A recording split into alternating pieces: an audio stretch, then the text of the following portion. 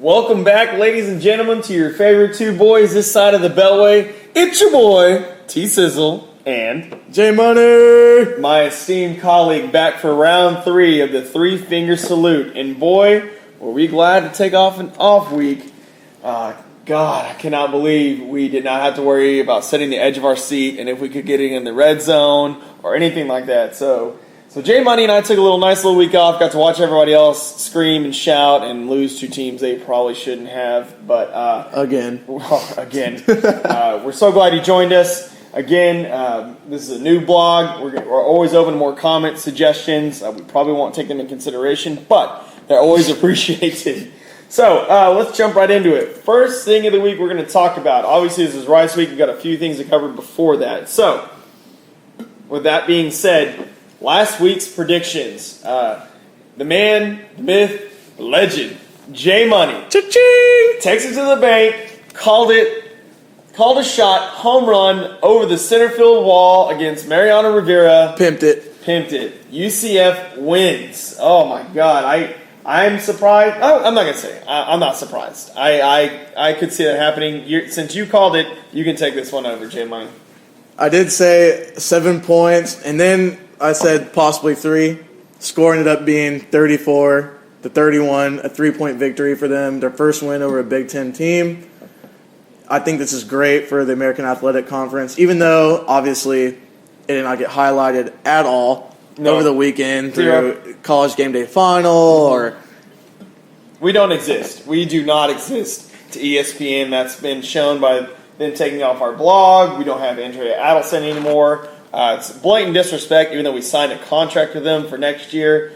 Maybe they're just saving everything up for next year. I don't know. But anyways, great victory. It's actually the people who are not from the Big East that are making the name for the conference because, as we'll talk about a little bit later, the teams that were held over, they're not looking so hot outside of Louisville and Cincy. So we'll talk about that in a little bit. What's crazy is that Blake Bortles kid they have at quarterback is Beast. Something special for them. Beast. 20 of 27, 3 touchdowns and only 1 interception. Oh, man. That's not bad considering you go in there to Happy Valley. Yeah. We are gonna have an interesting game watching that from here in Houston. I'm probably not going to enjoy that game at all and have to have many happy hour specials to get through that game. But to flip the script to the T-Sizzle Too Hot to Handle, I said Tennessee with Butch Jones is going to pull one out against Oregon.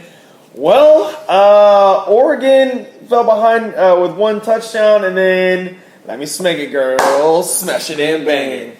Oregon came through and just absolutely walloped Tennessee. I think the final score is 56-7. Butch Jones, you were expected to lose, but I don't think you were expected to lose for the creamsicle orange and white that bad. So, like I said, that's why it's called the Too Hot to Handle for a reason, folks. Exactly.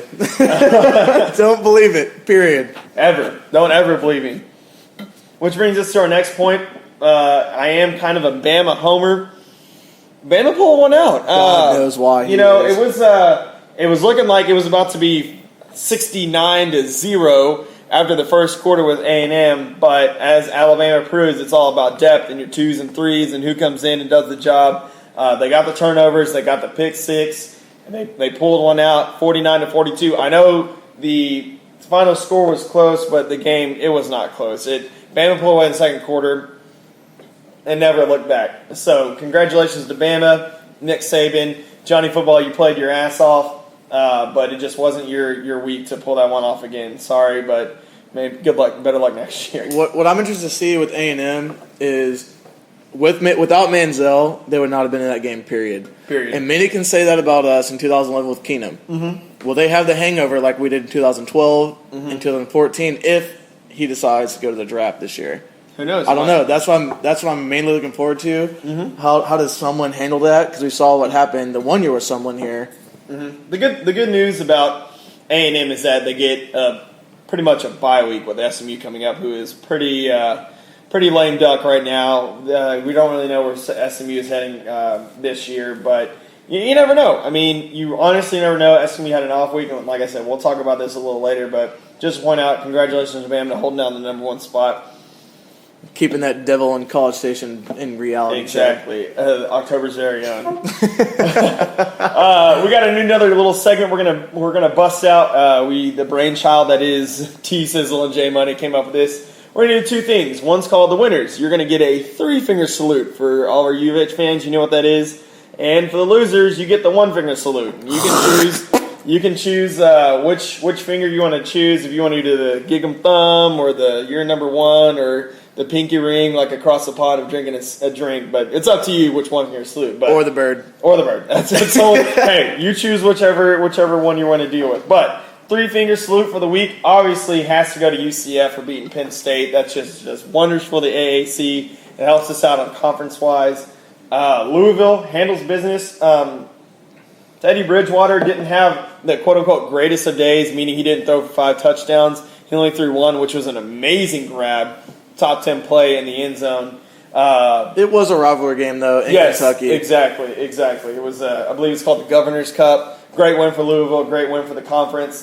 They just got to keep winning out until they get to U of H, and then we win. So Hopefully. Hopefully. And then finally, another 3-finger salute to Cincinnati. You lost leg out for the leg out. Mm-hmm. But you still win, and that's what's important. That just helps us for later on when we play you, and then we beat you at Rice. Hopefully. To flip it over, losers. Oh, the 1-finger salute. Oh, my God. The first one we're going to bring up, and I don't even want to bring this up, South Florida. I think the bus has been It's repoed. doused in gas. No, It's it's been either repoed. and then it's going to come out of repo and then get doused by gasoline. And then after that happens, someone's going to light the flame, and then I'm pretty sure to quote our boys Will Ferrell from the movie The Other Guys, some homeless people had some interesting actions inside of the bus right now. They had some personal one-on-one alone time in the bus. The bus it's gone. There is no get on the bus anymore. You've got to get some wins, South Florida. It's just you're not looking good, man. You're just not looking good at all. The key is where are they going to get those wins from? Then I don't know. I honestly don't know. They have Miami this weekend. Oh, that's not a loss. and then they got Cincinnati. Loss. And then they got Kentucky. Hold on. And then they got Connecticut, which is I would say a pick 'em at this point. That's a pick 'em at this point. I have no idea. Then you got Louisville. Loss. Then you got us. Hopefully Loss. And then from there, it's all they got left is UCF and Rutgers. Memphis. The only win I can see on their schedule is Memphis.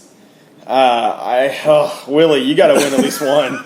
Willie, you did a great job at Western Kentucky, but you got to win something, man. You got to show us prove to us that you belong in the AAC. No discredit for what you accomplished being a young D1 program, but show us something, man. You're in Florida, the third most richest talent in the United States. Show us that you can win. That's what I'm saying. And also the other thing with that is that a lot of people think that if the conferences were to realign again, yes, which will happen, it will. But people have been, throwing names out there in South Florida because of the market they're in, deserve to be possibly, let's say, quote unquote, in something bigger than the AAC. But if you can't win, then it's almost. What's the point? Exactly. What's the point? Then Rice should be there too. Exactly. If they could win. Exactly. Exactly. I don't understand it. To jump to the next 1-finger salute, Memphis. Oh man, Memphis. Called that one too. You were brought in, no disrespect to D'Angelo Williams when you played for Memphis, but your football team's just bad. It's just bad all the way around. You go out and you lose to Middle Tennessee State. You left Conference USA, and then you lose to a brand new Conference USA program. Come on.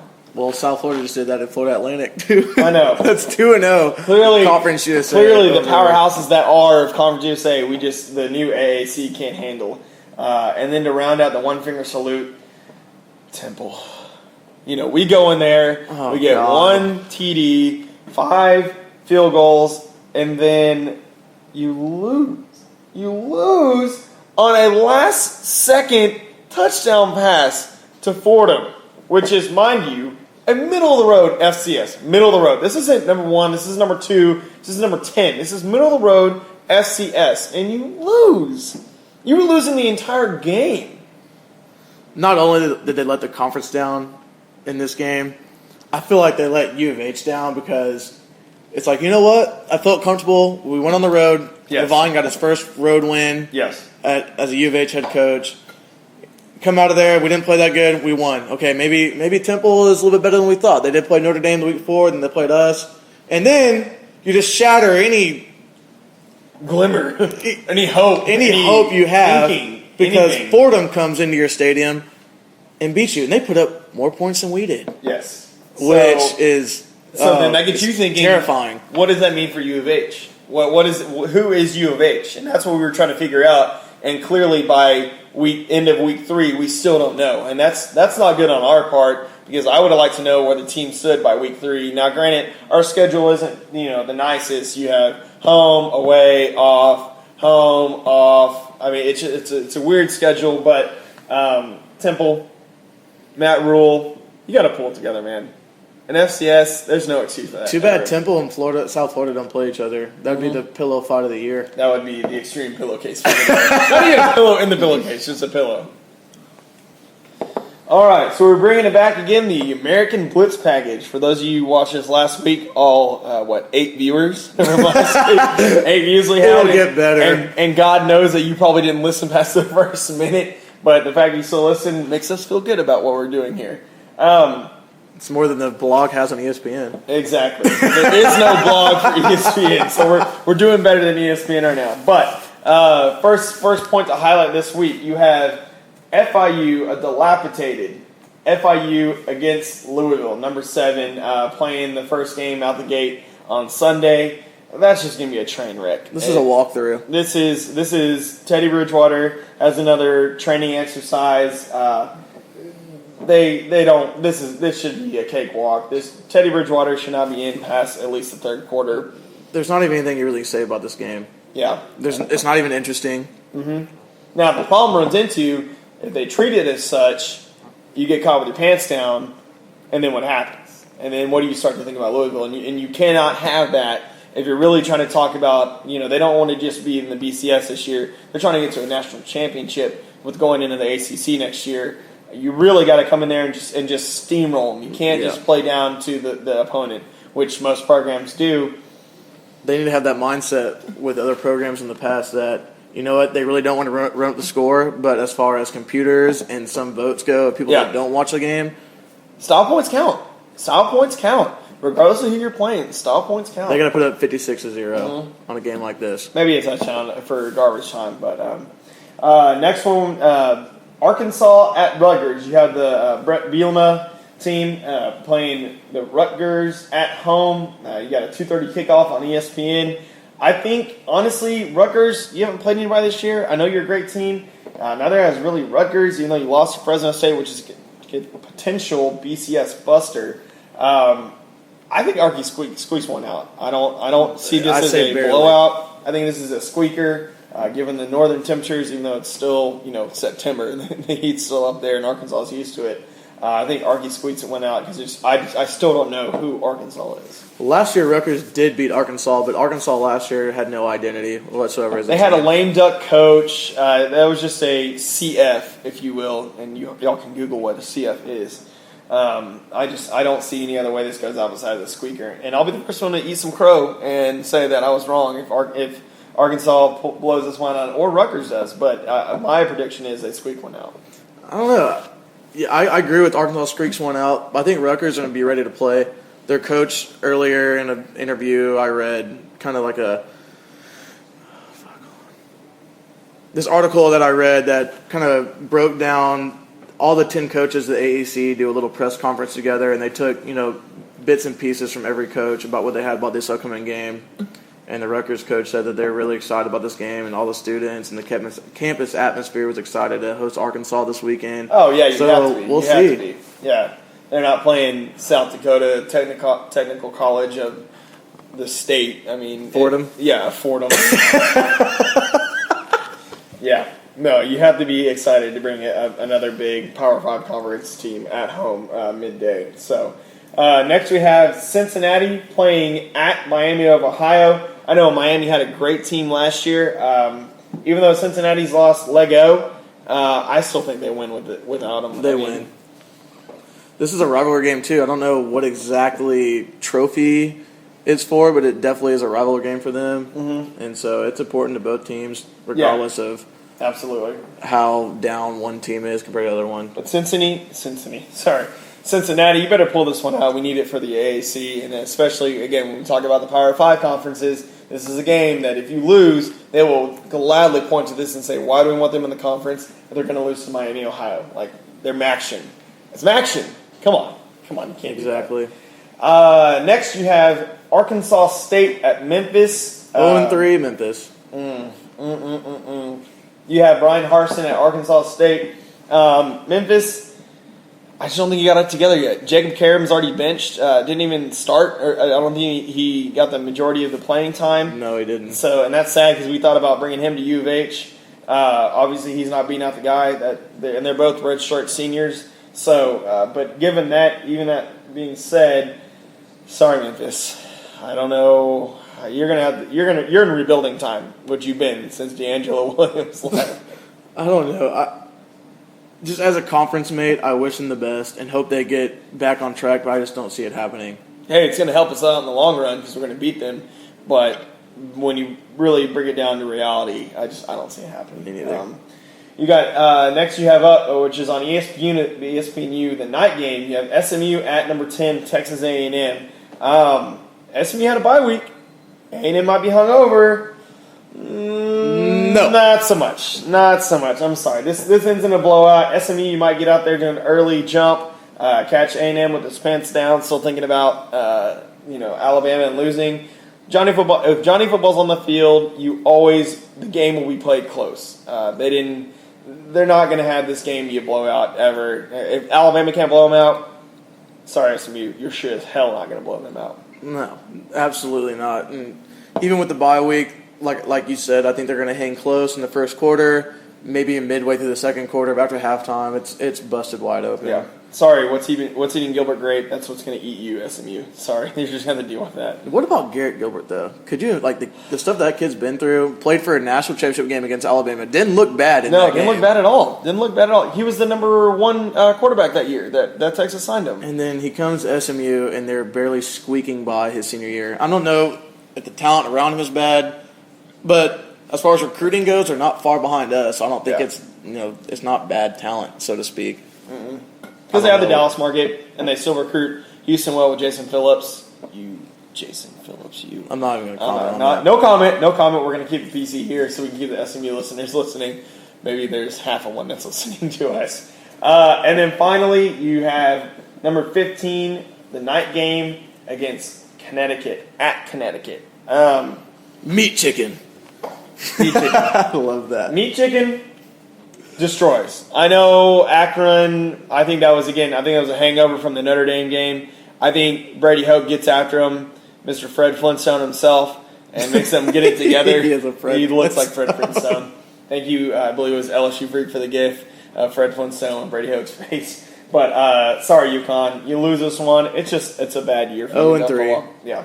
It almost makes you want to think they should have packed a little ball with little private school basketball schools and just. Yep. Oh God, it's bad. It's bad. Hey, UConn. Remember, we're only a couple months away from basketball. And here they were in a BCS game. 2 years ago against Oklahoma? Yeah.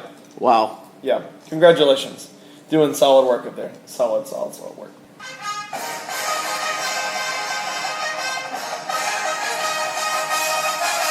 Eat 'em up, go Cougs, go! Go Cougs! All right, ladies and gentlemen, it is finally rivalry week, which is week 3, but Bayou Bucket. The Bayou Bucket, the 40th anniversary of the Bayou frickin' Bucket. Oh, we are pumped over here. We cannot wait to tailgate on Saturday. Everybody say your prayers. Pray to Shasta. Pray to whatever God you have up there that there is no rain on Saturday, because right now it's not looking so hot for the hometown team of having a good tailgate day. It's supposed to rain, but regardless, we'll still be out there. We'll wear red and have a great time. A couple quick facts about the history of the Bayou Bucket. It's given to the winner every year between Rice and U of H. U of H leads the all-time series 28-11, so you can say that this isn't really kind of a rivalry given that we beat them the better half of these 40 times. But regardless to us, an hometown team, we do love this rivalry. One quick interesting fact is that at Reliant, when we play Rice, we're 1-1. So, given that, I think it's going to be a great week for UH football. The guys are hungry. They're ready to get back at it after that early bye week. There's not too much to say besides Ruck Feist this week. Beat the hell out of them, get the W, move on, and look forward to next week. A couple game notes that have come out for this week.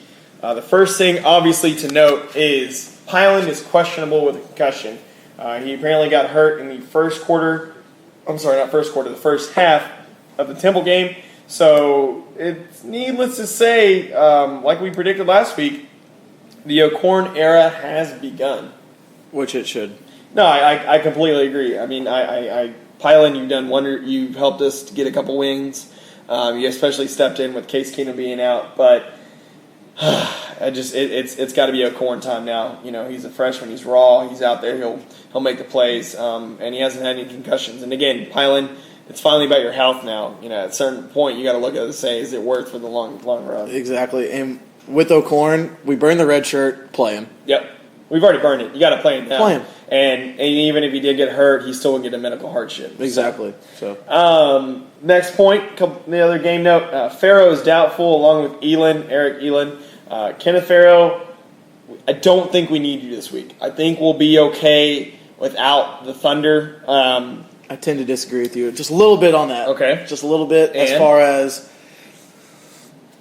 let's say, our red zone mishaps last week. Mm-hmm. Ryan Jackson is good in open space. Yes. Good when we stretch the defense. When you get inside that red zone, everything kind of condenses down, gets a little more consolidated. We need someone who can pound it up the middle, and I feel like Farrow is our guy for that. So right, but even saying that, Ty Cloud is now back. So now you have that continuity on Ty Cloud. Boy, Ty Cloud. Shout out. Welcome back. Ty Cloud. You can hit him up on Twitter. He's a big old teddy bear, regardless that he's a 6'4" freaking mongoloid on the line.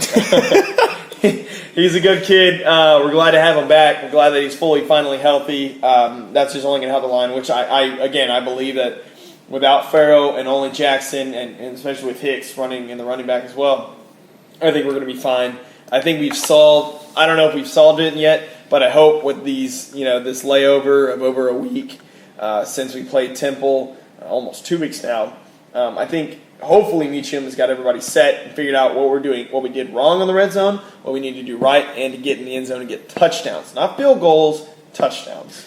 I'm really glad, too, we had the bye week because this is a very important game for us early in the season as far as that goes, with the rivalry in stake. Rice not knowing really how good they are and not really knowing how good we are, I think it's important for our boys to come out and get this W. So hopefully, we've had the time to heal, get everything corrected. Rice is coming off facing a woozy Big 12 opponent, but they are Big 12 opponent, whatever. Beat them. Rice might be a little banged up from that. They did have to come back in the fourth quarter and win that game against Kansas. So hopefully with that layover, our guys are, more healthy, just more ready to play the game. Yeah, definitely. And can put it together, drive the field, which had no problem doing. And actually kind of leads us to our next point is Ambles, Mr. Marquise Ambles, the blue chip recruit from USC, Arizona Wesleyan, now out of Houston, is now listed as number 2 behind Xavier Maxwell, which we all know and have seen that Maxwell's got a case of the dropsies. Boy's got hands like a snake in certain packages, and we can't have that. We are a passing team first. I know we like to run the ball as well, but when you're slinging the rock, you've got to come down with the ball, and there was plenty of catchable balls that he didn't have. So now you have Ambles sitting, waiting in the wings. He's had 3 weeks now to learn the offense, learn what's expected of him. And I know anybody who's watched the practice tapes has seen some of the amazing catches that kid's come up with. So Maxwell, watch behind your back. First drop, boom, Ambles is in without a doubt. Exactly. And Levine has already pretty much challenged his wide receivers via Twitter. You can see that or any other interviews saying about the unexcusable drops we've had in the first couple games of the season. So I think it's open game now on the wide receivers. We got a couple guys that are set, but other than that, obviously Greenberry's locked, Spencer locked, But we run 4 wide receiver sets. So you have Ambles, Shantez Jackson comes in on the jumbo package. So that third spot really with Ambles, or Ambles might move in and jump in ahead of somebody. And surprising, we haven't heard from him much this season so far, is Larry McDuffie. Yeah, McDuffie. He was a standout last year early on for us. I don't know if it's him changing to the outside and letting Greenberry come in at slot, because that's where McDuffie was last year, if I'm correct. I don't know 100% on that, but I'm almost positive.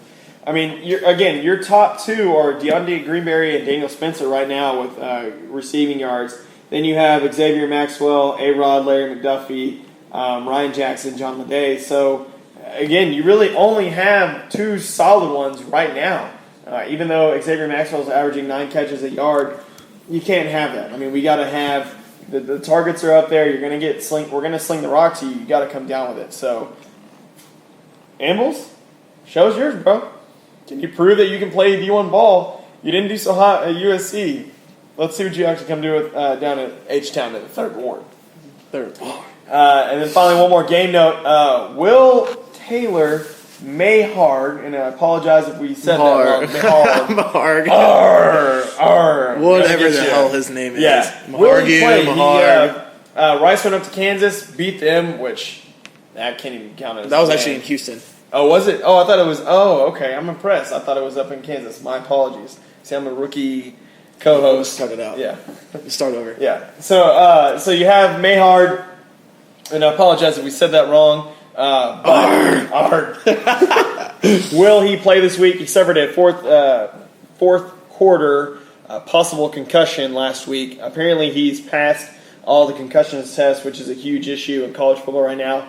If he plays, U of H has huge fits against dual threat quarterbacks, and that's what this kid is. So it's going to be interesting to see. We didn't play him last year. We beat him 35-14. But will we beat them this year if Taylor Mayhard plays? That's a big question mark this week. I'm interested to see the defense in this game. I think it'll be our, Temple was not really a challenge, needless to say, especially after Fordham beat them. Yeah. So that's kind of out of the picture there. Mm-hmm. I don't even care if it was first road win, whatever, on the road. I don't care. Yeah. But with Rice, if we play smart, disciplined, assignment football, with the talent we have on defense and just the way we've been playing recently, right. I don't see us having too much of a fit, but you never know. Yeah, and that's kind of segues into our next section of keys to the game. We're going to take this portion from Fox Sports. Keys to the game to win.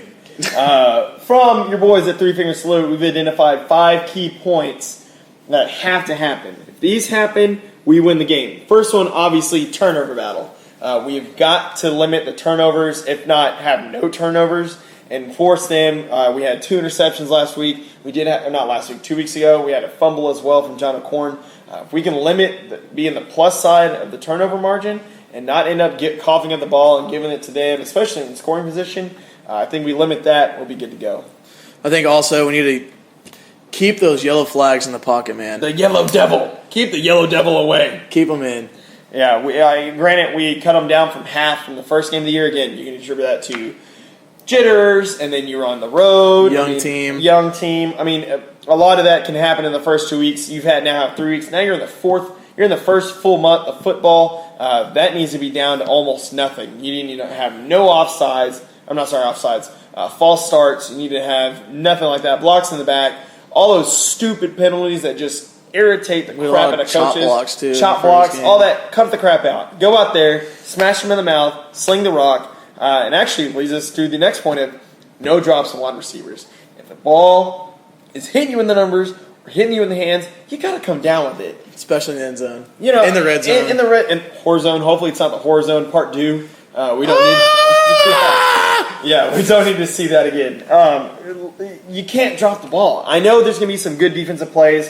It happens every game. But if the ball's hitting you in the hands and hitting you in the numbers, come down with the ball and make the play. Simple as that. You're brought to U of H as a wide receiver because you know the ball's going to be coming your way. That's how we got Deontay Greenberry, because he knew if he comes to U of H, we're going to sling the rock to him, and he's going to get the catches and be the star, not the star of the team, but the star of the wide receivers at least.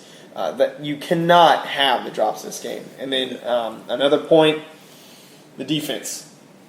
maintain your assignments. Exactly, and I think also another key is that Rice, actually last game, like we've been doing the past couple of games, have actually rushed more than they have thrown. Right. So I think the key is we limit the rushing yards. That way we can sort of maintain the passing game a little bit. You know, kind of dictate our own destiny as far as that goes. Shout out. We let McCargue run all over us. We let the running backs run all over us. Then that passing game's gonna be wide open, and by then we're playing a guessing game. Right. And they're gonna be playing just like the game we play with other teams. Yep. That's how it's been working for us. We don't want them to play our own game better. Mm-hmm. Shout out to Trayvon Stewart. Let's get a pick. Maybe a pick 6 here.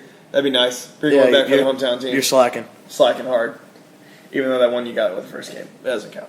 And then finally, to wrap up our key of the game is red zone. Absolutely must equal touchdowns. Period. No ifs, ands, or buts. If you get down there, you've got to score. You can't put this back on Richie Leone. That's not his job. I hate field goals inside the red zone. It's a slap in the face. It really is. It feels like you did, and it's really disheartening to the quarterback, to the coaches, to drive the field, get down there, and then inside the 20-yard lines, you just can't get it done. You crap the bed.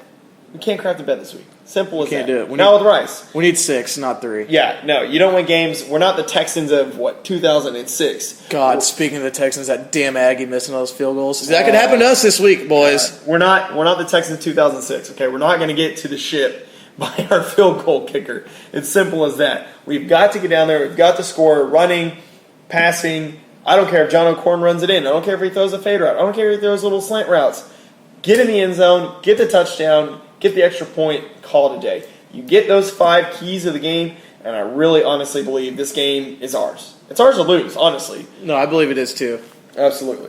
What's the Vegas line at right now? Vegas line is at 2.5. Okay, 2.5. So it's pretty much a pick, and what that says is Vegas doesn't believe in us, but they definitely still don't believe in Rice, regardless of how well you did against a exactly, because lame duck Kansas. Like we said earlier, this game is it's going to be such a stressful game, I think, in the beginning when the first 2 teams get out there, because we don't know how good Rice is, because they hung in with A&M in a half. A&M had all these players on defense, blah, blah, blah, blah, blah, whatever. It's still SEC caliber players, quote unquote, whatever. Right. And then you have a terrible Big 12 opponent, but they are a Big 12 Power 5, quote unquote, team. Yep. And they beat them, but it took them in the fourth quarter to beat them. Yep. But then we thought at the time a decent little road win up at Temple, but then Fordham comes in, puts more points on Temple than we did. Yep. And it's just kind of, we're just sitting here kind of dumbfounded as far as where we sit, where Rice sits. We still don't know the identity of U of H. I mean, we're really honestly we have no idea how good we are. Southern was a win, but it didn't really feel like a real win to see what the team was. Then you go up to Temple, and then you can't punch it in the end zone. And then Temple loses the next week to Fordham, and Fordham scores more points than we did. Again, like you just said, to follow up with you, who is U of H football?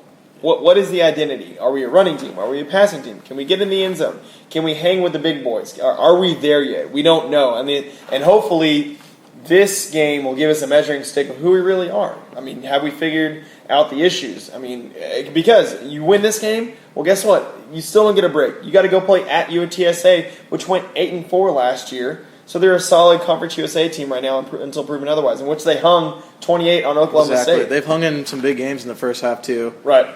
So again, my only other concern with the Rice game is that they are returning a lot of people on both sides of the ball.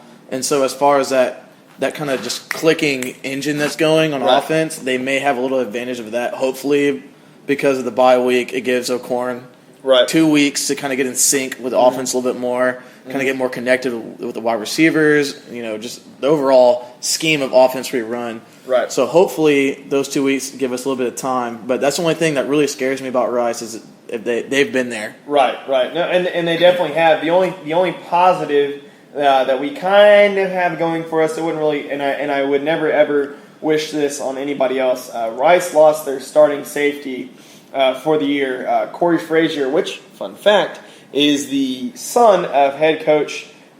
So the only positive that U of H has, and I would never wish this upon anybody, and I feel bad for the kid because he's a great kid. Corey Frazier, starting free safety for Rice, is out for the season with a torn ACL. He's actually the son of Leslie Frazier, who is the head coach of the Vikings. He's gone for the year. Your heart's got to go out for a kid, especially with being a senior. I mean, Exactly. Senior, you get lost in the second game of the year. It's just very disheartening, and we wish him a very speedy recovery. We'd never wish bad upon anybody else. Kind of like our boy Shane Ross. Exactly. Going down Shane before Ross, the season. Yeah, exactly. So, that helps us a little bit to an extent. Again, I would never ever want to see someone lose a player so he can do better. But again, you got to look at the facts that they did lose a senior on the defense, so that can only play in the favor of UVH. And it's like also one of those things is when you win the game, you want to win the game outright. You want there to be no questions asked. Well, so-and-so, I felt like, and especially I had people come up to us during the 2010 season whenever Keenum was out. It's like, oh, y'all just doing bad because Keenum's out. Well, right. Yes and no, but I hate to have those little victories like, oh, we beat them because, oh, you only beat them because they had certain players out. Right, exactly. Yeah. That's not what we're about. We want to win the game outright. Well, Cougar Nation, it's another favorite pastime of the three-finger salute. We bring this section up called Salute Yourself, Dear Sir. So throw it up, salute yourself to your fellow. Now, whether you get a three-finger salute or one-finger salute, that is completely up to you and how you feel about this blog and our next comments. With that being said, over the weekend, giving U of H had plenty of time to overanalyze everybody else. Typical Coug fans. Internet tough guys unite. There was a comment brought up, given that UT's lack of recent success, losing big time to Ole Miss, big time to BYU. They're shit in the bed. Oh yeah. Mr. Sir claps a lot. Mr. Matt Brown. He gone. He is going to be gone after the end of the year, along with Mr. DeLoss Dodds. Given that, someone mentioned that, what if Tony Levine is scooped up from U of H to UT? No way in hell. Now, folks, I got to be honest with you here for a second. I giggled, I cried, I laughed a little bit more, and then I giggled a little bit more. Let me just say this. I, as T-Sizzle, would win the Texas Lottery, and J Money himself will win the Powerball before Tony Levine is head coach of the University of Texas. That'll never happen. There will never, ever be eyes on Tony Levine ever in a million years. I'm sorry. From Texas, at least. Now, it's quite possible another school picks him up. He's stated millions of times, as Coach Speak is, I'm never leaving here. This is the number one job. Yada, yada, yada. But you know what? Money talks. Bullshit walks. But Mr. Anonymous, internet Cougar fan, posting about UT scooping up Tony Levine. I'm sorry, bro. And what's crazy is that there was a ESPN article that came out and ranked the NFL. They combined the top 10 football teams, programs, and franchises, whatever you want to call it, right? They put NFL and the NCAA all in one hat and said, what are the top 10 coaching jobs? They ranked the Packers number 1, and the Devil in Austin was number 2. Yep.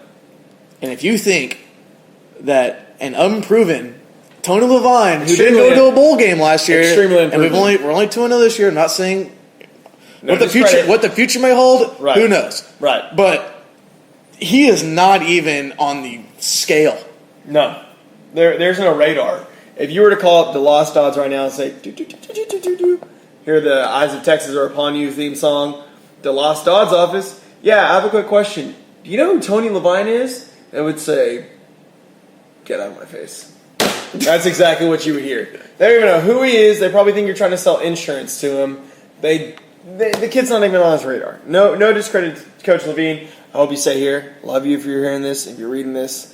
For the love of God, please don't hate us or sue us or anything. We're just alumni donors. But seriously, you need us. You need us. You do need us. It ain't happening. As much as I'd love it to happen, I'm sorry. It just ain't happening. Yep.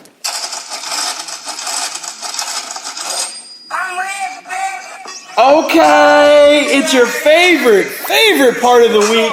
I know everybody's got a little bit of change to spend this weekend because you're not sending it to Cougar Pride. So, with that being said, J Money, bank pick of the week. Let's go. What you got? All right, second week. predicted a 2-point touchdown win against Temple. It was 9. Take right. 5 away. Not bad. But last week, hit him with the right hook. Boom! 3-point victory. Called it. Pimped it. Called it. Got it. Center field. Good job. Victory Good over call. Penn State. Good call. So take this one to the bank. Hometown game. Bayou Bucket. Our Cougs. 10 points of a rise. 10 points over us. All right. I don't know what the score is. Don't really give a damn at this point. But a win is a win is a win is a win. It's a win. And I'm Yeah. saying by 10. Exactly. Now, with that being said, the T-Sizzle, too hot to handle pick, I'm saying Rice upsets U of H. But guess what? It's too hot to handle. So you know what that shit? You take it up, roll a little ball, blow it a little bit, shake the dice, and get rid of that shit. Get that shit out of here. Out of here. Get out of here. And with that being said, with your boys from the 3-finger salute, like we always say, always be on the giving end, never on the receiving end of a 3-finger salute. Go Cougs. Womp womp. Womp womp.